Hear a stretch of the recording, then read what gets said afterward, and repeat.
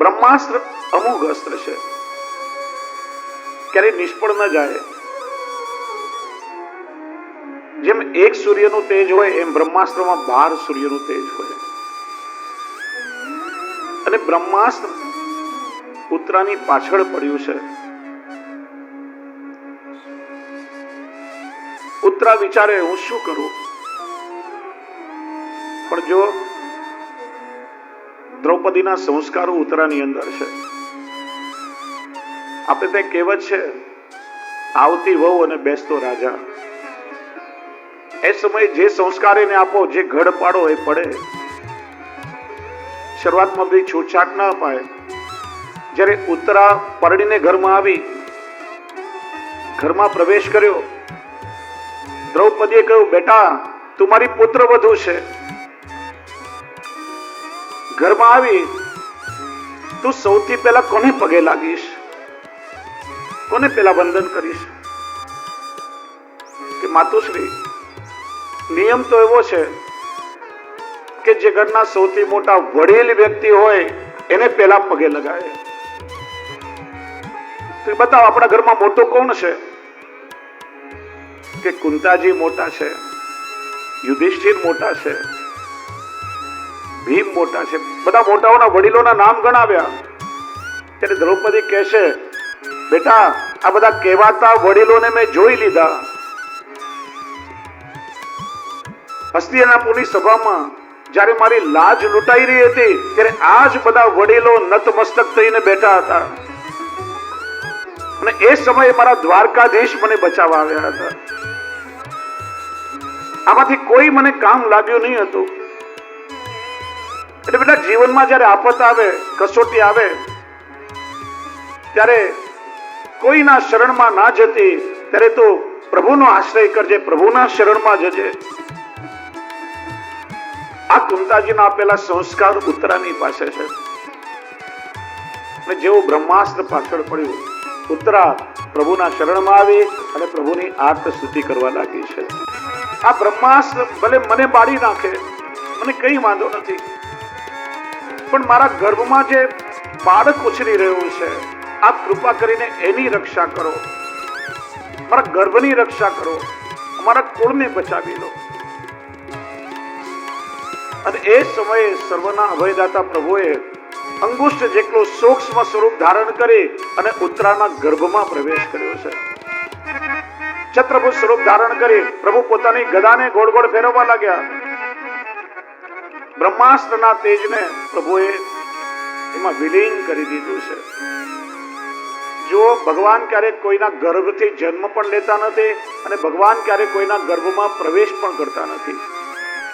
પોતાના બનાવેલા નિયમને તોડી અને પ્રભુએ ઉત્તરાના ગર્ભમાં પ્રવેશ કેમ કર્યો? શ્રી મહાપ્રભુજી સુબોધનીજીમાં એનું કારણ બતાવે. કેમ કે ઉત્તરામાં 3 પ્રકારના ઉત્કર્ષ રહેલા છે. સૌથી પહેલું, ઉત્તરા ભગવાનની પરમ ભક્ત છે. અને ભક્તની રક્ષા કરવા પ્રભુ પોતાના બનાવેલા નિયમોનું અતિક્રમણ કરે તો પુષ્ટિ છે પ્રભુની. ભક્ત છે એનો આધિભૌતિક ઉત્કર્ષ છે. ઉત્તરા રોહિણીજીના અંશ રૂપા છે, એનો આધ્યાત્મિક ઉત્કર્ષ છે. અને ત્રીજું, ઉત્તરા પ્રભુની પરમ પ્રિયા છે, એનો આધિદેવિક ઉત્કર્ષ છે. એટલા માટે ઠાકોરજી ગર્ભમાં પ્રવેશીને એની રક્ષા. ભગવાને દારૂક સારથીને રથ આગળ લઈ જવા માટે કહ્યું, પણ ત્યાં જ કુંતા થઈએ આવીને પ્રભુનો રસ્તો રોક્યો, ભગવાનને પ્રણામ કર્યા. પ્રભુ કે ભૈયા શું કરો છો? તમે તો વડીલ છો, તમારે તો મને આશીર્વાદ દેવા જોઈએ. કુંતાજી કે પ્રભુ અત્યાર સુધી હું પણ એ જ સમજતી હતી, હવે મને ખબર પડી ગઈ કે તમે તો આખા જગતના પતિ છો. અને કુંતાજીએ પ્રભુની સ્તુતિ કરી. સુખના અંતમાં કુંતાજીએ સ્તુતિ કરી છે, દુખાવસાને ઇદમેવ ગેયમ. દુઃખના અંતમાં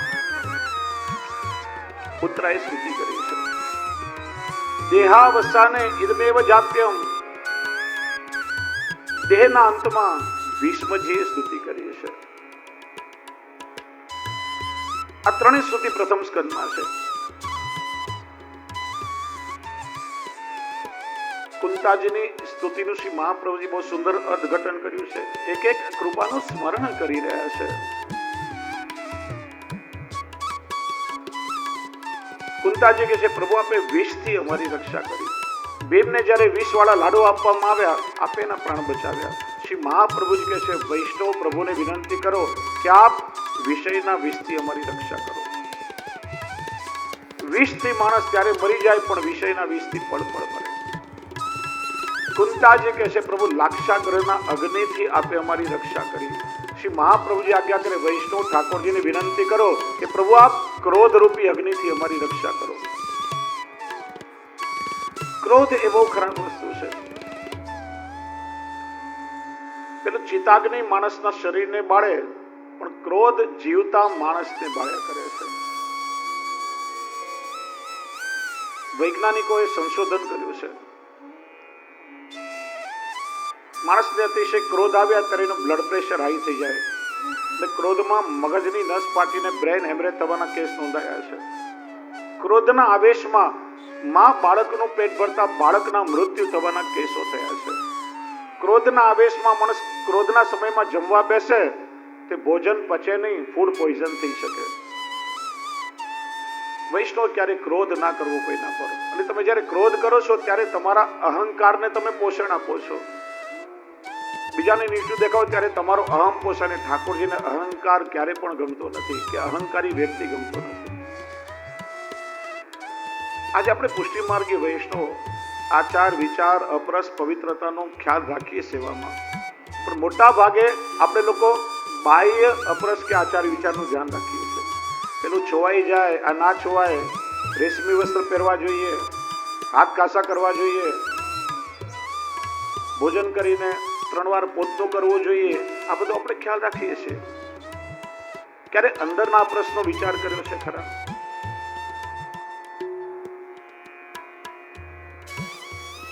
તમે તીર્થમાં સ્નાન કરી રેશમી વસ્ત્ર પહેરીને ઠાકોરજીની સેવામાં ભલે માથાબોળું સ્નાન કરીને જાઓ, પણ મનમાં રાગ, દ્વેષ, ક્રોધ, ઈર્ષા, અહંકાર આ બધું હશે ને, ઠાકોરજીને અપરસ ક્યારેય નહીં ગમે. અને મન ઠાકોરજીમાં લાગેલું હશે અને કદાચ બહારની અપરસનો ખ્યાલ નહીં રહે ને, તો ઠાકોરજીને ચલાવવી પણ દેશે એકવાર.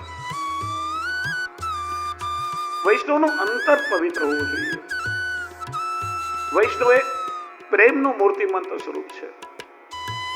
વૈષ્ણવને ક્યારે પણ ક્રોધ ના શોભે.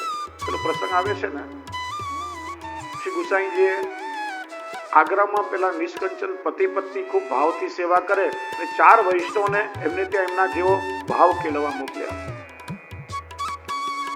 પતિ પત્ની પ્રભુની સેવામાં પ્રવૃત્ત હતા, અને જાણ્યું કે શ્રી ગુસાઈજી એમને યાદ કર્યા. શ્રી ગુસાઈજી વૈષ્ણવને મોકલે. આજે મારે ત્યાં વૈષ્ણવ આવ્યા, ઠાકોરજી પછી વૈષ્ણવ પ્રસાદ લેશે. જો આ પ્રોટોકોલ પણ ધ્યાનમાં રાખો. કોઈ નિશ્ચિત સંખ્યામાં રસોઈ કરવાની હોય તો વૈષ્ણવ શું કહેવાય કે આજે ઠાકોરજી પછી 10 વૈષ્ણવ પ્રસાદ દેવાના છે. તમે એવું કહો કે 10 માણસની રસોઈ બનાવો, તો કોના માટે થઈ? કોના માટે થઈ? એ વ્યક્તિ માટે. વાણીથી ઉચ્છિષ્ટ થઈ ગયું પછી ઠાકોરજીને ક્યારે પણ અંગીકાર ન કરે. પ્રભુ ઉત્તમ વસ્તુના ભોગતા છે. એટલે ઠાકોરજી પછી આટલા વૈષ્ણવ પ્રસાદ લેશે તો વાણીનો વિવેક જળવાઈ છે. રાજનગર વાળા શ્રી રણછોડરાયજી મહારાજશ્રીનો પ્રસંગ આવે છે કે દૂધઘરની સેવામાં જે દૂધઘરિયાજી હતા એ ભણેલા નહીં, બિલકુલ સંખ્યા ગણતા ના આવડે. તો આપણે ઠાકોરજીનો જે નિત્ય નેક હોય ને, નેક કોને કહેવાય કે દરરોજ ઠાકોરજી રોગે અને ઠાકોરજી પછી જેટલા પ્રસાદ લેવા વાળાની કાયમી વ્યવસ્થા હોય એ નિત્ય નેક કહેવાય. અને અધકીનો નેક એટલે આજે કોઈ વૈષ્ણવની અલૌકિક સેવા આવી હોય, એમનું સમાધાન કરવાનું હોય, એ બધું અધકી કહેવાય. તો પેલા ખો એટલે માવાના નંગ વાળે તો શું ગણે? ये मुखिया जी को, ये दूसरे मुखिया जी को, ये बाल भोगिया जी को, ये भीतरिया जी को. एक बार મહારાષ્ટ્રીય પ્રશ્નમાં પધાર્યા, ટાળા રહીને સાંભળી રહ્યા હતા. ये कीर्तनिया जी को, ये जापटिया जी को, ये जलगरिया जी को. બધાના નંગ બની ગયા પછી શ્રી મહારાજશ્રીએ પૂછ્યું કે લાલા તેને સબકે નંગ તો બના દિए पर या में मेरे नटवरलाल को कौन सो है મારા પ્રભુનો કયો છે? અને ત્યારથી ત્યાં ક્રમ થયો કે ઠાકોરજીને છૂટો ખવો જ ભોગ ધરવાનો. ભોગ સર્યા પછી બધાના નેક પ્રમાણે નંગ બંધાય. પહેલાથી તમે કહી દો કે આ રસોઈ ફલાણા માટે છે તો ઠાકોરજીને ન રોગે. પેલા વૈષ્ણવ કે ઠાકોરજી પછી 4 વૈષ્ણવ પ્રસાદ લેશે. અહો ભાગ્ય, ઘરમાં ઘી નથી. પેલી પત્ની કે જેને ઘી લઈ આવો. બજારમાં ઘી લેવા ગયા, મન ઠાકોરજીમાં હતું અને પ્રસન્નતા હતી કે આજે વૈષ્ણવ પધાર્યા છે. બહારથી આવીને સીધા પ્રસમાં ચાલ્યા ગયા. પત્ની પણ એનું મન સેવામાં, એને ધ્યાન ન રહ્યું કે મારો પતિ બહારથી આવીને સીધો પ્રસમાં આવ્યો. પેલા 4 વૈષ્ણવે આ જોયું. ભાવ તો બહુ સુંદર છે પણ આચાર બરાબર નથી, અપ્રસની મેન નથી. આના ઘરે પ્રસાદ કેમ લેવો? ચૂપચાપ ગયા વગર ત્યાંથી પાછા આવી ગયા. શ્રી ગુસાઈજીએ બહુ ઠપકો આપ્યો કે મેં તમને એમના જેવો ભાવ કેળવા મોકલ્યા હતા, એમની કૃતિ કે એમના દોષો જોવા નતા મોકલ્યા. અને શ્રીનાથજીએ લાલ નેત્રોથી છડી સહિત દર્શન આપ્યા. શ્રી ગુસાઈજીએ ફરી મોકલ્યા, આવીને ક્ષમા યાચના કરી. પેલા બંને પતિ પત્ની ભૂખ્યા બેસી રહ્યા હતા. ના 4 વૈષ્ણવે મહાપ્રસાદ લીધો, પછી એમને પ્રસાદ લીધો. મન ઠાકોરજીમાં લાગેલું હશે, બહારની અપરસ જોવાશે તો પ્રભુ એને ચલાવી લેશે. પણ લાખ આચાર વિચાર રાખોને મનમાં જો કચરો ભરેલો હશે, કામ, ક્રોધ, લોભ, ઈર્ષા, ઠાકોરજી ક્યારે પણ એને સહન નહીં કરે. ઠાકોરજીને એ વિનંતી કરું વૈષ્ણવ, ક્યારે આ બધા દોષો આપણા મનમાં ના આવે. કુંતાજી કહે છે પ્રભુ આપે અસત સભામાં અમારી રક્ષા કરી. હસ્તિનાપુરની એ સભાને અસત સભા કહેવામાં આવી. પિતામહ ભીષ્મ, કુલગુરુ કૃપાચાર્ય, ગુરુ દ્રોણાચાર્ય, અશ્વત્થામા, વિદુરજી, ધૃતરાષ્ટ્ર, 100 કૌરવો, પાંડવો બધા એકથી એક મોટા રથી, મહારથી, અતિરથીઓ બેઠા હતા. એ સામાન્ય સભા નહીં હતી. કુલ બધુની લાજ લૂંટાઈ રહી હતી, પણ બધા જ મૂક પ્રેક્ષક બનીને, નતમસ્તક બનીને જોતા રહ્યા. કોઈ કઈ કરી શક્યું નહીં. એટલા માટે અસત સભા કહેવામાં આવી. પ્રભુ આપે રક્ષા કરી. શ્રી મહાપ્રભુજી આજ્ઞા કરે વૈષ્ણવ ઠાકોરજીને વિનંતી કરો કે પ્રભુ આપ દુસ્સંગથી અમારી રક્ષા કરો. સત્સંગ કદાચ થોડો ઓછો મળશે તો ચાલશે, પણ જીવનમાં કોઈનો દુસ્સંગ લાગી ગયો તો પ્રભુથી વિમુખ થતા ક્ષણ પણ નહીં લાગે, વિલંબ નહીં થાય. દુસ્સંગ ભક્તિ માર્ગમાં બહુ બાધક છે. એવાનો સંગ કરો કે જે તમારા ભાવને પોષણ આપે, જે તમને પ્રભુ સુધી લઈ જાય, જેનાથી તમારી દોષ બુદ્ધિ ચાલી જાય અને અલૌકિક ભાવ તમારા મનમાં પ્રગટે, જેના સંગથી પ્રભુમાં તમારી પ્રીતિ જાગે. એવાઓનો સંગ કરો. વારે ઘડી બીજાની નિંદા કરતા હોય, દોષો જોતા હોય, આખા ગામની પંચાયત કરતા આપણા ભાવને બગાડે, પ્રભુથી આપણને વિમુખ કરી નાખે, એવાઓનો સંગ ક્યારે ન કરો. પ્રભુને વિનંતી કરો કે પ્રભુ આવા દુસ્સંગથી આપ અમારી રક્ષા કરો. ભગવાને વરદાન આપ્યું. ભગવાનને જોઈને સૌ વિચારતા હતા કૃષ્ણ અમારા પર કૃપા કરવા પધાર્યા. અર્જુને વિચાર્યું સખા મને મળવા આવ્યા. કુંતાજી વિચારે પ્રભુ મારા પર કૃપા કરવા આવ્યા. ઉત્તરાજી વિચારે મારા ગર્ભની રક્ષા કરવા પ્રભુ પધાર્યા. ભગવાન કે હું કોઈને મળવા નથી આવ્યો, કેમ કે લૌકિક વ્યવહારમાં તો માનતો જ નથી. હું તો આવ્યો છું મારા આપેલા એક વચનને પૂરું કરવા માટે. પૂછું કયું વચન? મહાભારતનું યુદ્ધ ચાલી રહ્યું હતું. ઘણા કૌરવો મરાયા, પણ પાંડવોને કઈ ના થયું. દુર્યોધને ભીષ્મ પિતામહને મેણો માર્યો. લાગે છે દાદાજી તમે પાંડવોના પક્ષપાતી છો.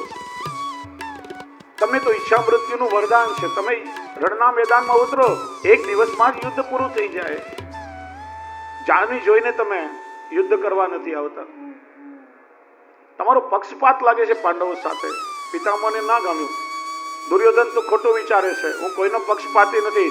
મારી નિષ્ઠા હસ્તિનાપુરના સિંહાસન સાથે જોડાયેલી છે. એક કામ કર, સવારે બ્રહ્મ મુહૂર્તમાં જ્યારે હું સંધ્યા વંદન કરતો હું ધ્યાનમાં બેઠો હું, ત્યારે તારી પત્ની ભાનુમતીને તું મારી પાસે મોકલજે. હું એને અખંડ સૌભાગ્યવતીનું વરદાન આપીશ. પછી આ જગતમાં કોઈની તાકાત નથી કે તારો વાળ વાંકો કરી શકે. આ સાંભળી દુર્યોધન તો રાજે રાજે થયો.